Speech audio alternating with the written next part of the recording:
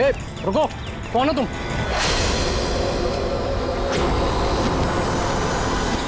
तुम नहीं, यहाँ तुम नहीं हो सकते। नहीं। ए, रुक, अरे यहाँ आने की परमिशन नहीं है किसी को। वॉचमैन, पकड़ो इसे। वो देखो भाग रहा है, पकड़ो उसे।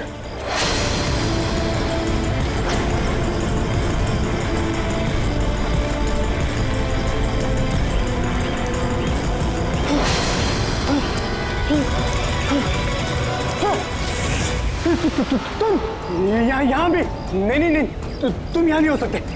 नहीं।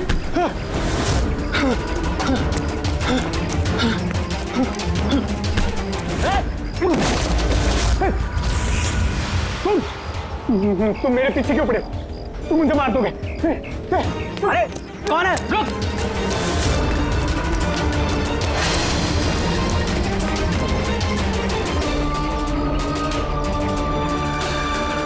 परेश, तुम कहाँ हो?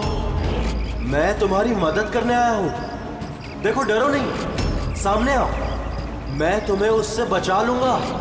कुछ नहीं कर पाएगा वो तुम्हारा। सामने आओ परेश।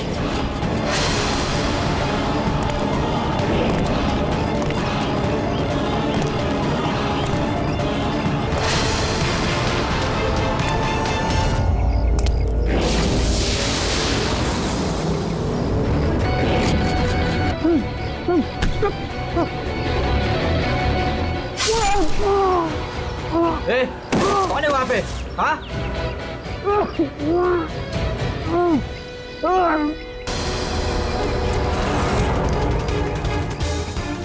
अरे क्या हुआ ये सब? अरे किसने किया? बोलो, बताओ। ठीक तो हो तुम? अरे बताओ किसने किया ये सब? सीनियर इंस्पेक्टर दया।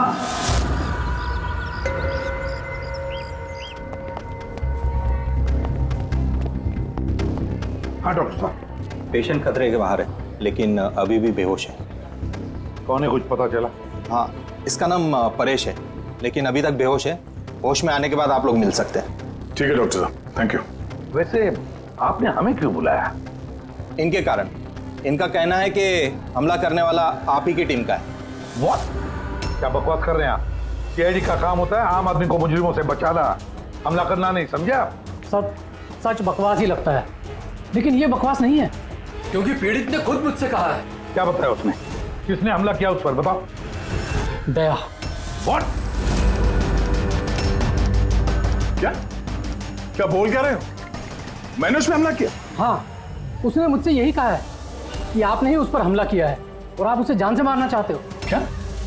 मैं उसकी जान लेना चाहता हूँ? हाँ सर, मुझे लगता है कि आपको दया को अरेस्ट कर लेना चाहिए। हमें हमारा काम बताने की जरूरत नहीं है, समझा? मुझे पता था कि आप अपने कलीग का ही साथ देंगे। देखा, चोर चोर मौसेरे भाई। ज्यादा जज मत बन, समझा? और तुम्हारी सर्टिफिकेट की जरूरत नहीं है हमें। परेश को कैसे जानते हो तुम? मैं उसे नहीं जानता सर। तो फिर? सर, ये हमारी कंस्ट्रक्शन साइट पर हमें मिला था। हमें देखकर ऐसे बिहेव कर रहा था कि जैसे इसने कोई भूत देख लिया हो, और फिर एकदम से अंदर भाग गया। और थोड़ी देर बाद इसकी चीख हमें सुनाई दी। जब हम वहां पहुंचे तो वो बुरी तरह जख्मी हालत में पड़ा था, और उसने उसी हालत में हमें बताया कि उस पर हमला दया ने किया है। मैं एक समय पे दो जगह पे नहीं हो सकता। मैं सुबह से ब्यूरो में था। तसल्ली के लिए तुम वो सीसीटीवी फुटेज देख सकते हो, समझे? लेकिन फिर उसने आपका नाम क्यों लिया? एक काम कीजिए, अब जाइए यहां से, जाइए। बहुत बोल दिया। Thank you very much doctor साहब। समझ में नहीं आ रहा था, जब तुम ब्यूरो में ही थे तो फिर परेश ने ऐसे क्यों कहा कि दया ने उस पर हमला किया?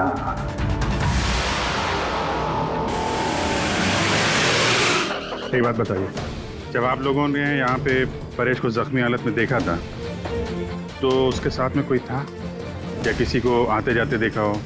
नहीं साहब, वो अकेला ही था। लेकिन सर, उसने इंस्पेक्टर दया का... पता है, उसने दया का नाम बोला। हम यहाँ वो जानने आए जो उसने नहीं बोला, समझे आप? और दया ऐसा नहीं कर सकता। सर, आप इतने यकीन से कैसे कह सकते हैं कि दया सर ऐसा कुछ नहीं कर सकते हैं? जो आदमी अपनी जान दांव पे लगा के दूसरों की जान बचाता हो, वो किसी का खून नहीं कर सकता। खुद से ज्यादा मुझे दया पे भरोसा है, समझे?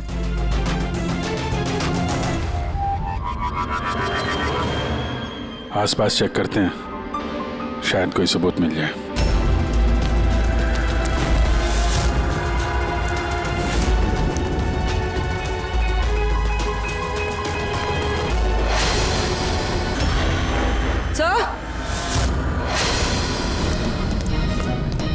हाँ? सर ये देखिए। ओह नो, जिंदा है। हेलो, एम्बुलेंस भैया, मालमणी के पास अंडर कंस्ट्रक्शन बिल्डिंग है, वहां पे भेजो जल्दी। तुम लोग जानते हो इसे?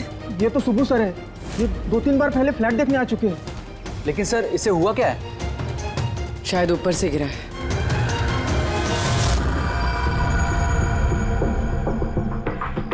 ऊपर से गिरा है या फिर गिराया गया है? पेशेंट की कंडीशन स्टेबल है, ये बहुत जल्द होश में आ जाएगी। गुड।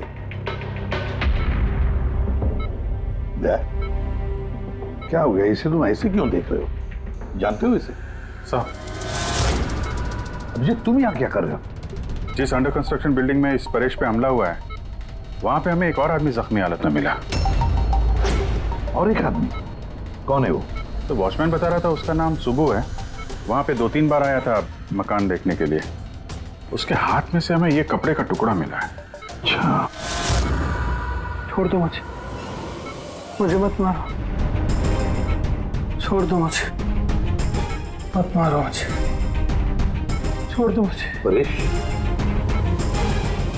परेश, मैं इसे भी प्रद्युमन सीआईडी से, घबराओ मत, तुम्हें कोई कुछ नहीं करेगा, हम तुम्हारे साथ हैं। दया, दया छोड़ दो मुझे, दया छोड़ दो मुझे मत मारो दया। परेश, दया तुम्हारे सामने खड़ा है, मैं इसे भी प्रद्युमन हूँ। दया छोड़ दो मुझे। परेश, दया तुम जाओ, दया तुम क्या चाहते हो मुझसे? दया छोड़ दो मुझे। परेश क्या बात कर रहे हो? दया छोड़ दो मुझे मत मारो दया। परेश, मैं दया नहीं, मैं अभिजीत हूँ। दया जाओ यहाँ से, जाओ। अरे दया इधर है।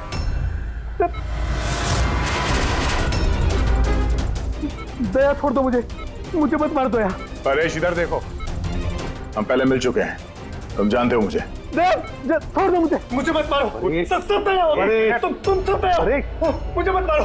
डॉक्टर, दया छोड़ दो मुझे। डॉक्टर, दया छोड़ दो मुझे। डॉक्टर साहब, परेश, देखिए ना क्या हो गया इसको? दया छोड़ दो मुझे। एक मिनट, सब दया कुछ नहीं होगा तुम्हें। एक मिनट, सब दया हो तुम।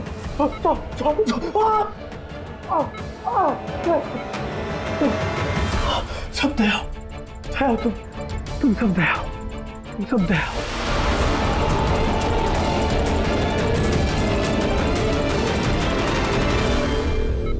ये चक्कर है क्या? और हर किसी के चेहरे में उसे मेरा चेहरा नजर आता है। हाँ वही तो, इसलिए जब उसने उस आर्किटेक्ट को, उसके असिस्टेंट को, उस वॉचमैन को देखा तो ऐसे बर्ताव करने लगा जैसे उसने भूत देखा है। और उसके दिमाग का भूत दया तुम हो। तुम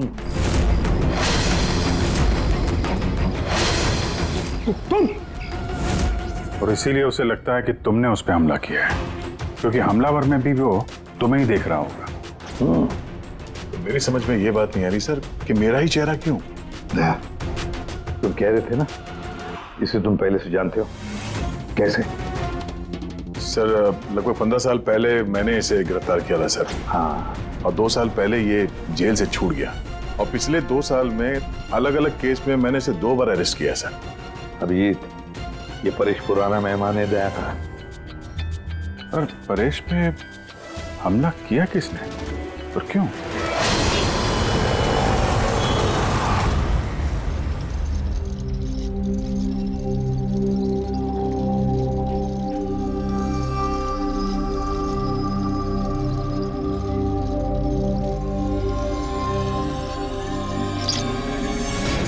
अरे मैडम जरा ध्यान से।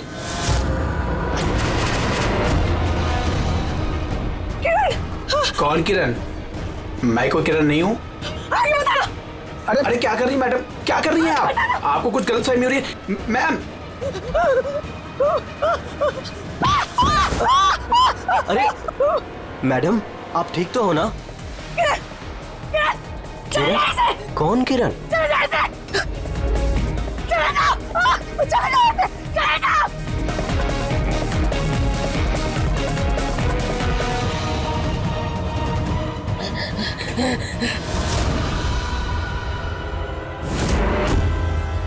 क्यों सुबू, कैसी तबीयत है तुम्हारी? सर पैर की हड्डी टूट गई है और बाकी इधर उधर थोड़ी सी चोटें लगी हैं। मुझे एक बात बताओ, क्या हुआ था उस दिन? हाँ? वो आदमी सीढ़ियों से भाग रहा था जब मैं उससे टकराया, और जब मैंने उसके हाथ में चाकू देखा तो मैंने शोर मचाया और उसे पकड़ने की कोशिश की, लेकिन तब उसने मुझे धक्का दे दिया और मैं नीचे गिर गया। उसके बाद सर कुछ याद नहीं। सुबू, तुम्हारे हाथ में से हमें वो जो एक कपड़े का टुकड़ा मिला था, लाल कलर की चौकड़ी का, क्या वो उस आदमी की शर्ट का टुकड़ा था? जी सर, शर्ट पहना था उसने वो, और हाथापाई के दौरान शायद वो मेरे हाथ में आ गया था। अच्छा ये बताइए, उस आदमी का चेहरा देखा था? सब कुछ इतनी जल्दी में हुआ कि कुछ याद नहीं। ठीक है, अब तुम जाओ, अगर जरूरत पड़े तो हम तुमसे फिर मिलेंगे, ठीक है? Please, thank you sir. जाओ।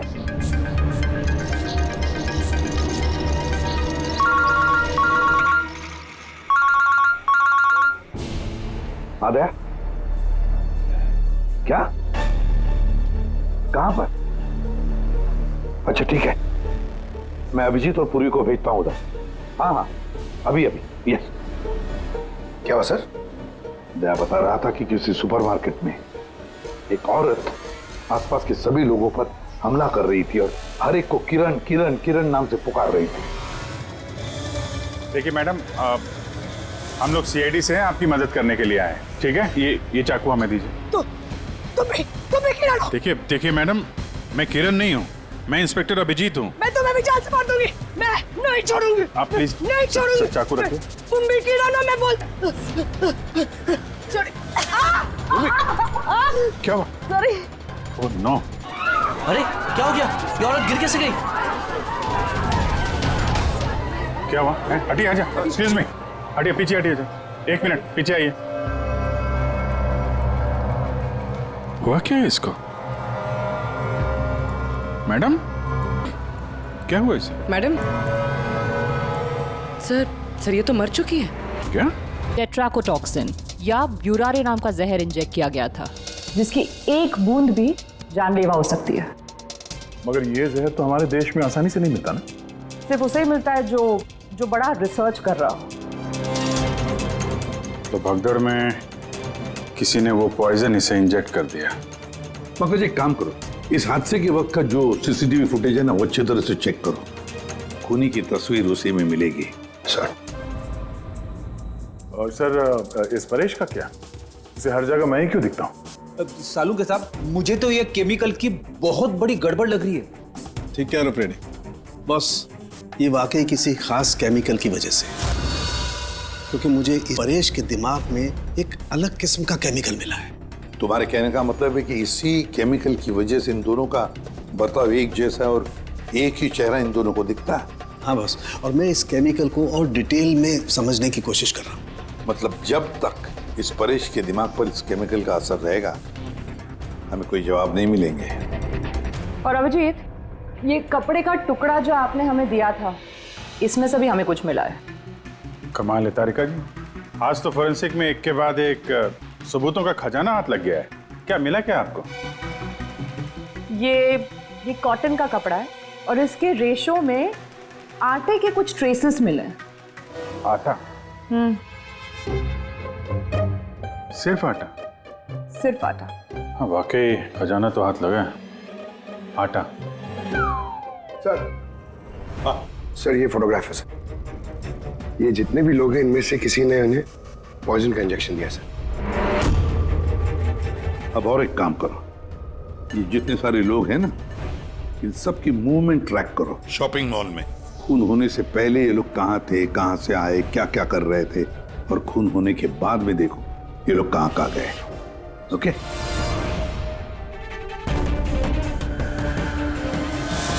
सर मैंने इस औरत का बैकग्राउंड चेक किया। इसका नाम शिप्रा है। ये एक हाउसवाइफ थी।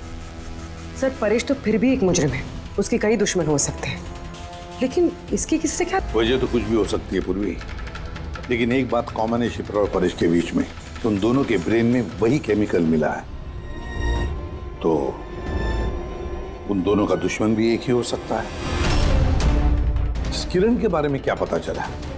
सर किरण शिप्रा का पति था और 2 साल पहले ही उसकी मौत हो चुकी थी। सर किरण शिप्रा को काफी मारता पीटता भी था।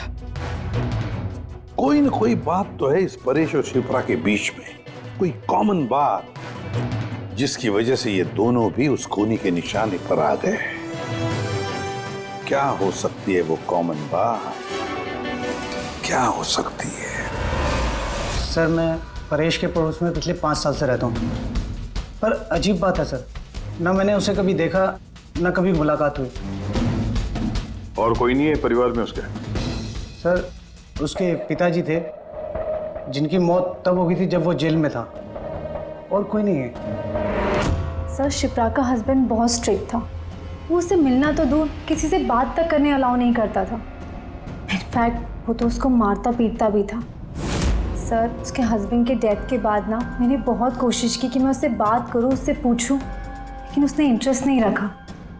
अच्छा, उसका कोई करीबी दोस्त, कोई रिश्तेदार नहीं था क्या? सर मुझे नहीं लगता कि होगा। अच्छा। शिप्रा और परेश दोनों की जिंदगी में एक बात कॉमन, दोनों जिंदगी में अकेले थे, ना कोई दोस्त ना कोई रिश्तेदार।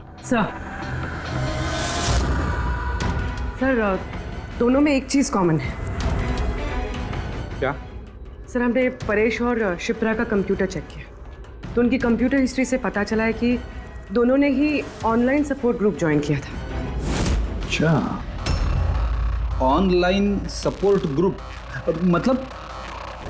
सर ये ग्रुप्स है जो डिप्रेशन, लोनलीनेस, एडिक्शन और अल्कोहलिज्म में फंसे होते हैं, उनकी काउंसलिंग करता है और उनकी मदद करता है।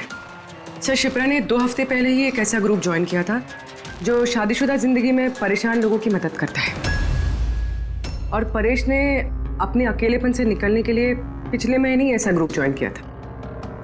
अजीब इत्तेफाक है, दोनों ने ऑनलाइन ग्रुप ज्वाइन किया और दोनों को एक ही तरीके की परेशानी हुई। कुछ पता चला इस ग्रुप के बारे में? सर हमारा साइबर एक्सपर्ट राज इस ग्रुप को ट्रेस करने की कोशिश कर रहा है, जल्दी कुछ पता चल जाएगा। सर शिप्रा का खून इसी आदमी ने किया। जिस वक्त उसका खून हुआ था उस वक्त जितने भी लोग मौजूद थे, ये सबसे ज्यादा अजीब है सर। जिस वक्त अभिजीत सर और पूर्वी सुपरमार्केट पहुंचे थे, ठीक उसी वक्त ये आदमी वहां पहुंचा था सर, और भीड़ में घुस गया था, और जब शिप्रा की मौत हुई तो फटाफट वहां से भाग गया। रेडी, काम करो, हमारा डेटाबेस चेक करो, शायद इसके बारे में कुछ पता चले, कोई लीड मिल जाए। इसका मतलब है सर ये खूनी सुपरमार्केट में कुछ खरीदने नहीं बल्कि शिप्रा को मारने के लिए आया था।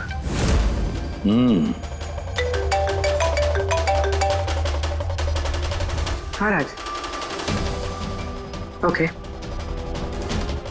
ठीक है, तो तुम मुझे एड्रेस SMS कर दो। Thank you sir. Cyber expert Raj का फोन था, उसका कहना है कि ये दोनों ग्रुप्स एक ही IP एड्रेस से बनाए गए हैं। एक ही कंप्यूटर से? हाँ सर। IP का एड्रेस मिला है? हाँ सर, अंधेरी में एक प्रिंटिंग शॉप है, ये दोनों ग्रुप्स वहीं से बनाए गए हैं। बस, तो फिर अभिजीत तुम और पूर्वी जाओ वहां पर और देखो कौन है इस सबके पीछे और उसका क्या कनेक्शन है। सर क्या सोच रहे होते हैं? सर नहीं, पंकज ने भी बताया कि वो खूनी शिप्रा को मारने के इरादे से ही आया था। तो फिर सर उसे पता कैसे चला कि शिप्रा वहाँ सुपरमार्केट में है और वो लोगों पे हमला कर रही है? वो शिप्रा को फॉलो कर रहा होगा सर। अगर फॉलो कर रहा था तो अभिजीत और पूर्वी के वहाँ सुपरमार्केट में पहुंचने से पहले वो मार के निकल जाता, बाद में नहीं मारता उसे। अभिजीत को सुपरमार्केट पहुंचने में 20 मिनट लगे और खूनी को भी वहां पहुंचने में 20 मिनट लगे, तो इसका मतलब है दोनों को भी खबर एक ही वक्त पहुंची थी। तो कहीं ऐसा तो नहीं कि इंफॉर्मेशन खूनी को हमसे ही गई हो? हमारे यहां से इंफॉर्मेशन। हाँ, हो सकता है दया कहीं ऐसा तो नहीं कि जब हम परेश को देखने गए थे हॉस्पिटल में, उस वक्त खूनी वहां पर मौजूद था और उसने मेरी बातें सुन ली हो। अरे खूनी हॉस्पिटल में कर क्या रहा था? दया, परेश खूनी के हाथों पहले तो बच गया था। हो सकता है खूनी अपना अधूरा काम पूरा करने हॉस्पिटल आया था, परेश को खत्म करना चाहता था वो, इसलिए।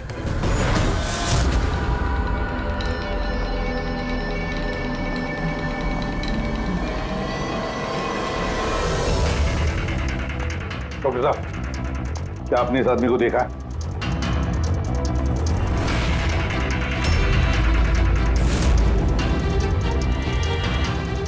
भाई साहब, ये आदमी को देखिए जरा। इस हॉस्पिटल में इसको देखा है कहीं? हाँ हाँ, इसको तो मैंने देखा है। कहाँ देखा है? वहाँ वेटिंग रूम में।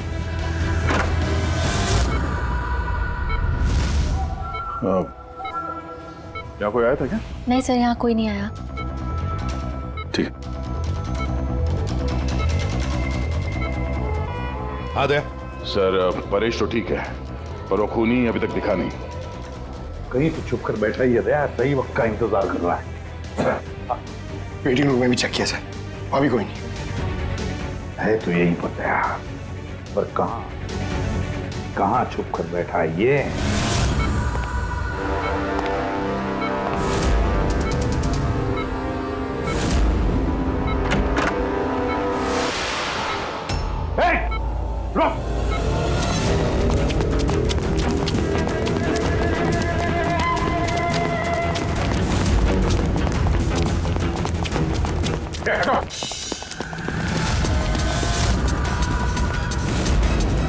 कहाँ भागोगे?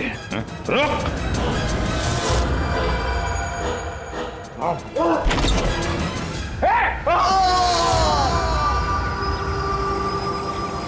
My God! हाँ भाई, क्या मिला? सर ये दोनों साइड डिलीट किए जा चुके हैं, अब वो ऑपरेशनल नहीं है। मतलब अपराधी ने सबूत मिटा दिया? जी सर, पर सर कुछ इंटरेस्टिंग चीजें मेरे हाथ लगी है। क्या? ये देखिए सर, इसी आईपी एड्रेस से, इसी कंप्यूटर से उस तरीके के 6 और ऑनलाइन सपोर्ट ग्रुप बनाए गए हैं। तो लोगों को फंसाने के लिए ऐसे कई ग्रुप बनाए गए हैं? बिल्कुल सर। सर बाकी ग्रुप डिटेल में चेक कर लेता हूँ। मतलब सर परेश और शिप्रा के अलावा और भी कई लोग हैं जिन्हें इन लोगों ने फंसाया है। मगर सर मकसद क्या हो सकता है इस तरह से साइट बना के लोगों को टारगेट करने का? वही केमिकल से रिलेटेड कुछ होगा। ये कुछ मिला रजिस्टर में? हाँ सर। सर पिछले 3 महीनों में 85 लोगों ने एक कंप्यूटर यूज किया है। सबकी डिटेल्स चेक करनी पड़ेगी। ठीक है सर। ये देखिए 6 में से 5 ग्रुप डिलीट किए जा चुके हैं, लेकिन अभी भी एक सपोर्ट ग्रुप एक्टिव है और अभी भी उसे कोई ऑपरेट कर रहा है। Enhancing the life of lonely people, मतलब साफ है, ग्रुप बनाया जाता है, तना लोगों को फंसाया जाता है और बाद में ग्रुप डिलीट। तब उन्हें एक और शिकार की जरूरत है। एक आइडिया है चले इस आदमी के बारे में? फिलहाल तो कुछ नहीं। वॉलेट के अलावा इसके पास कुछ भी नहीं मिला है, मोबाइल फोन तक नहीं। तो हमारे पास कोई सुराग नहीं है। दया, ये केस दिखता उतना सिंपल नहीं है, बहुत बड़ा षड्यंत्र है ही है। कई सारे लोग इसमें इन्वॉल्व है। ये तो इस खेल का मोहरा लग रहा है सर, वो भी भाड़े का। और इस केस का मास्टरमाइंड अभी भी आजाद घूम रहा है, अपने नए शिकार की तलाश में होगा। जल्द से जल्द ढूंढना होगा सर इसे। हाँ पंकज, आराम से। बस खड़े। ये क्या ही था उनके? सर आप ये क्या खेल खेल रहे हैं पंकज के साथ? नहीं नहीं, ये कोई खेल नहीं है। बस मैंने बताया था ना, ये केस बहुत ही पेचीदा है, बड़ा कॉम्प्लेक्स है। याद है ना, मैंने बताया था उस परेश के और उस शिप्रा के दिमाग में मुझे एक अलग तरीके का केमिकल मिला था। हाँ, मैंने उस केमिकल को रिप्लिकेट किया और इस पंकज के शरीर में इंजेक्ट कर दिया। What? तू पागल हो गया फारूक है? अगर इसे कुछ हो गया तो? अरे कुछ नहीं होगा यार, बिलीव मी, मैं पागल हूं क्या?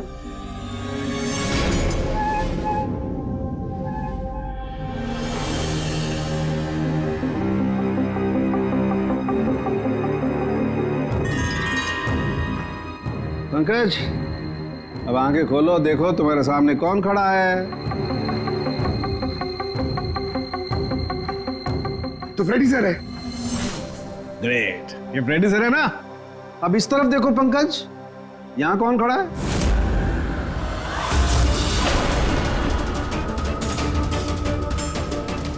ये कैसे हो सकता है? ये इधर फ्रेडी सर, यहाँ फ्रेडी सर। मतलब साळुंखे, ये परेश और शिप्रा के साथ यही हो रहा बंद कर। बस बस, पट्टी लगा लो, पट्टी लगा लो बस। ये देखा बस, इसे फ्रेगोली सिंड्रोम कहते हैं।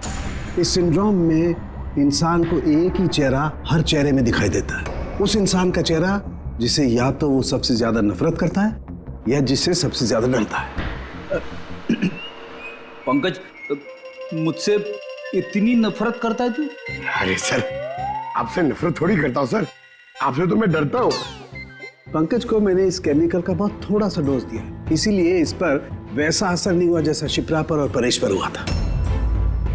परेश और शिप्रा को तो इतना हैवी डोज दिया गया था कि उनके दिमाग पर गहरा असर हुआ और साइकोसिस लेवल पर पहुंच गए। इसलिए दोनों ऐसा रिएक्ट कर रहे थे जैसे सामने भूत दिख गया हो। तो इसका मतलब जैसे जैसे परेश के दिमाग से ये केमिकल का असर कम होगा, नॉर्मल हो जाएगा और हमें अपराधी तक पहुंचने का जरिया मिल जाएगा। हो सकता है, लेकिन दावा नहीं कर सकते। और हाँ, हम ये भी नहीं कह सकते कि इस केमिकल का असर कितने दिनों में खत्म होगा।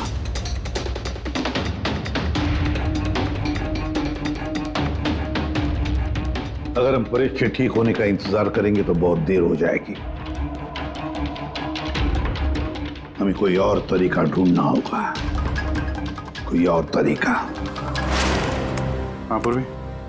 सर, मैंने वो ऑनलाइन ग्रुप पे रजिस्टर कर लिया है और डिटेल्स भी एकदम परेश और शिप्रा की तरह थी। नो फ्रेंड्स, नो फैमिली, एकदम अकेले। उन लोगों को ऐसे लोगों की तलाश है। ये तुम्हारा ट्रैकर, इससे पता चलता रहेगा तुम्हारे मूवमेंट के बारे में। और ये तुम्हारा कैमरा। हमारे पास सिर्फ ये वॉलेट है सर, उस आदमी की पहचान और असलियत जानने के लिए, और ये कुछ चीजें मिली है साथ में। पेट्रोल पंप का बिल, ये होटल का मैच बॉक्स, खरीदा हुआ मैच बॉक्स, ये नंबर किसका है? ये सेलफोन लगता है किसका? सर, हम इस पेट्रोल पंप पे गए थे, वहां से पता चला सर ये आदमी महीने में 2-3 बार वहां पे आता है। और सीसीटीवी फुटेज में हमने देखा कि वो अपने बाइक पे हर बार अलग अलग नंबर प्लेट लगा के आता है। हाँ, और पेमेंट कैश में करता है। और सर, ये मैच बॉक्स जिस होटल का है वहाँ पे भी हमने पूछताछ की। वो आदमी महीने में 5-6 दफ़ा खाना खाने आता है और पेमेंट भी कैश से करता है। सर, ये नंबर के बारे में आप पूछ रहे थे। सर, ये बार में एक लड़की है जो काम करती है, उसका है। वो कह रही थी कि उस आदमी का नाम अशोक है और 1-2 बार उनसे बात हुई है, फिर वो गायब हो गया सर। मतलब हमारे पास इस अशोक के बारे में सिर्फ इतनी इंफॉर्मेशन है।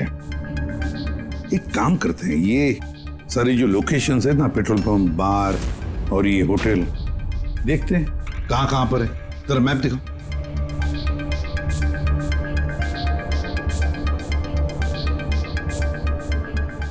ये वो जगह है जहाँ पे वो पेट्रोल पंप है। सर, यहाँ पे बाहर है सर। और सर, ये होटल है। बार, ये होटल, पेट्रोल पंप। दया सर, ऐसे नहीं लगता तुम्हें? देखो ना, ये सारे के सारे लोकेशंस 1 किलोमीटर के दायरे में है यहाँ से। हो सकता है सर उसका घर या ऑफिस इस जगह के आसपास ही कहीं। Are you ready? I'm ready. चल चल। सर, मैं रेडी। अरे वाह, बहुत अच्छा गेटअप है। इसके घर का क्या किया?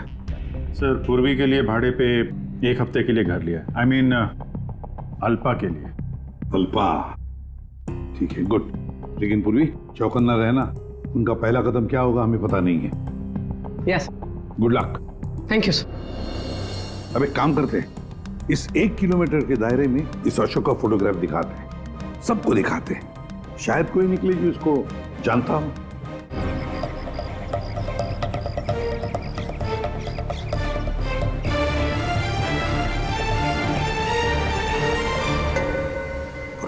हाँ सर। चौकन्ना रहना। सर यहाँ पे तो सब ठीक है।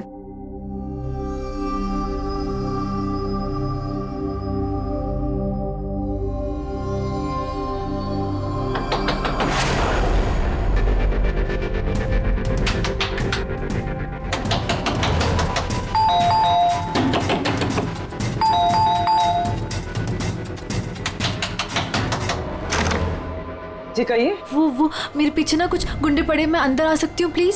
एक मिनट।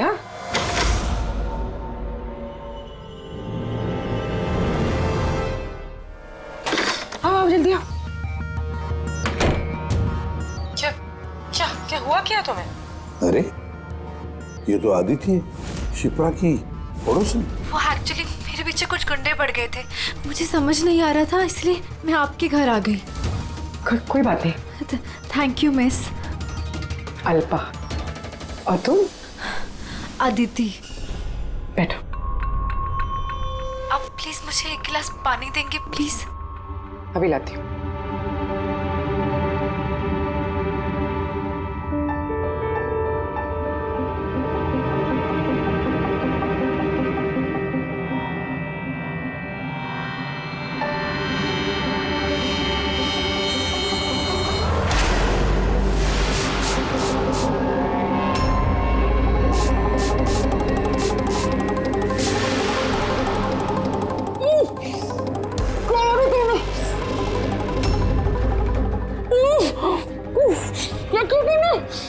मत कर, कुछ ऐसा नहीं किया, ज्यादा दर्द नहीं दूंगी तुझे मैं। पूर्वी,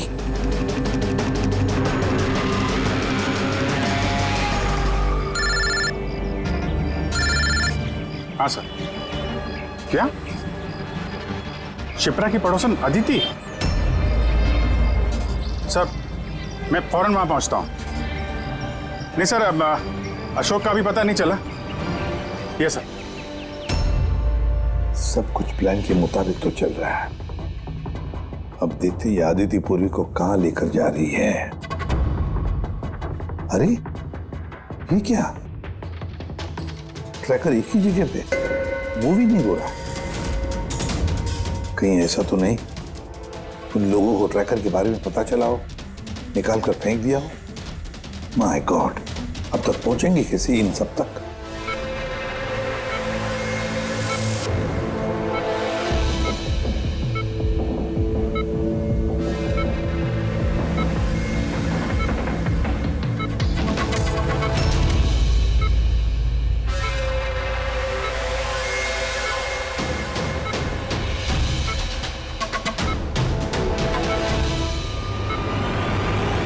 चलो, तुम्हारे दवा का वक्त हो गया है।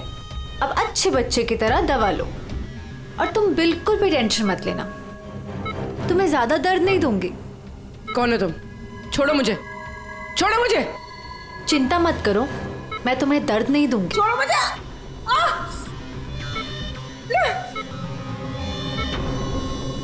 मैंने तुम्हें मना किया था ना कि कुछ दिनों के लिए हम किसी नए लोगों को नहीं लाएंगे, क्योंकि सीआईडी वाले हमें पागलों की तरह ढूंढ रहे हैं। हमारी कोई भी लापरवाही हमें बहुत महंगी पड़ सकती है।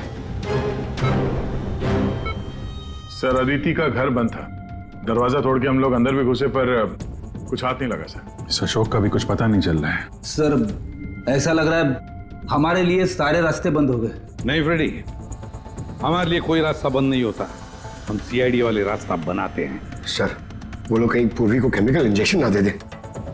नहीं, कुछ नहीं करेंगे वो लोग, पूरी को कुछ नहीं होगा। कोई तो बात हम मिस कर रहे हैं, कोई तो बात है जो हमसे छूट रही है, पर क्या क्या हो सकती है वो बात? सर वो कपड़े का टुकड़ा जो हमें सुबह के हाथ में मिला था, उसके रेशे में आटा मिला था हमें। हाँ सर, आटा। जब मैं अशोक के बारे में रोड पे लोगों से पूछ रहा था, हाँ, तो वहां पे मैंने एक आटा की चक्की देखी थी और उसके पीछे एक पुरानी बिल्डिंग भी है। तो फिर जरूर वो आदमी जिसने परेश पर हमला किया उस आटे की चक्की के आसपास ही रहता होगा, इसीलिए तो उसकी शर्ट पर आटा आ गया। सर ये भी तो हो सकता है कि परेश पे हमला करने वाला अशोक ही हो। सर वो कपड़े का टुकड़ा भी अशोक का ही हो सकता है। ये भी हो सकता है कि परेश पे हमला करने वाला और ये अशोक दोनों एक गैंग के लिए काम करते हो और वो गैंग आटे के चक्की के आसपास होगा। सबके सब आटे के चक्की के आसपास ही हो गया अभिजीत, और पूर्वी को भी उस चक्की के आसपास ही रखा होगा।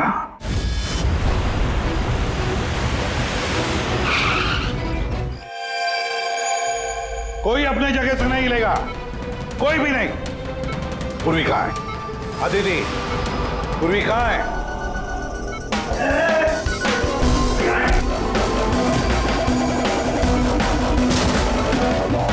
सब नर्सेज और डॉक्टर इस तरफ आ जाओ। चले। चलो तुम भी जल्दी। डॉक्टर अदिति, पूर्वी कहाँ है? पूर्वी कहाँ है?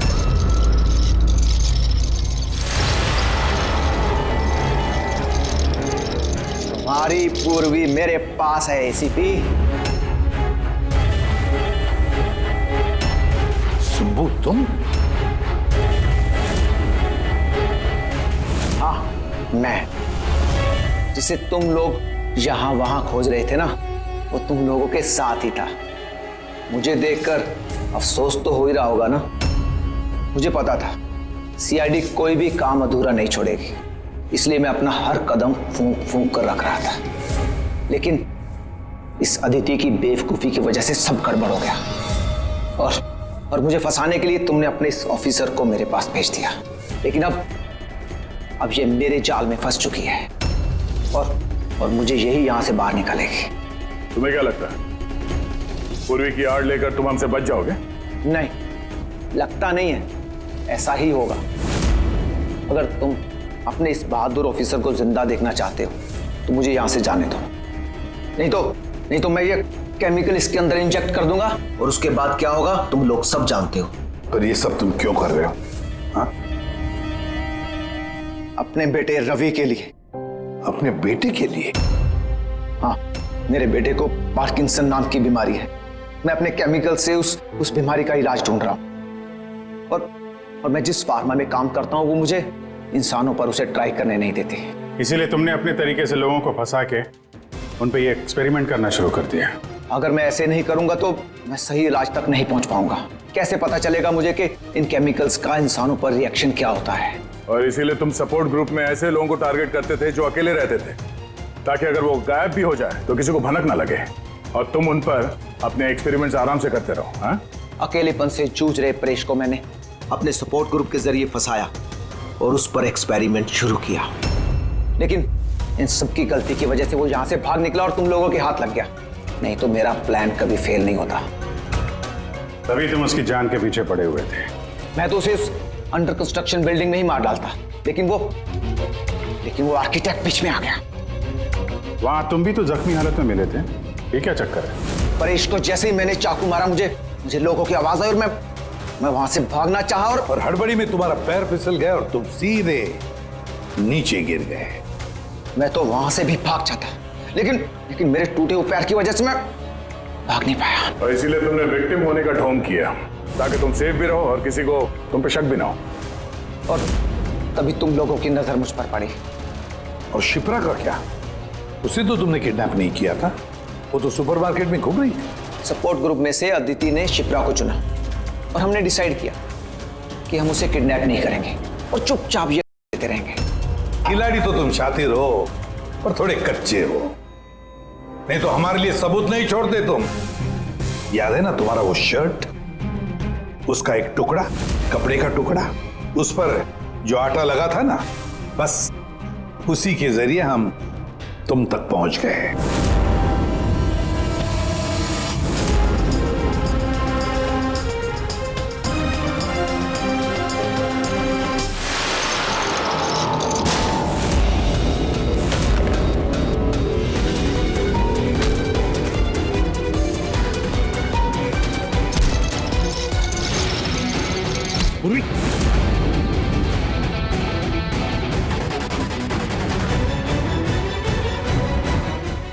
देखो, हाँ?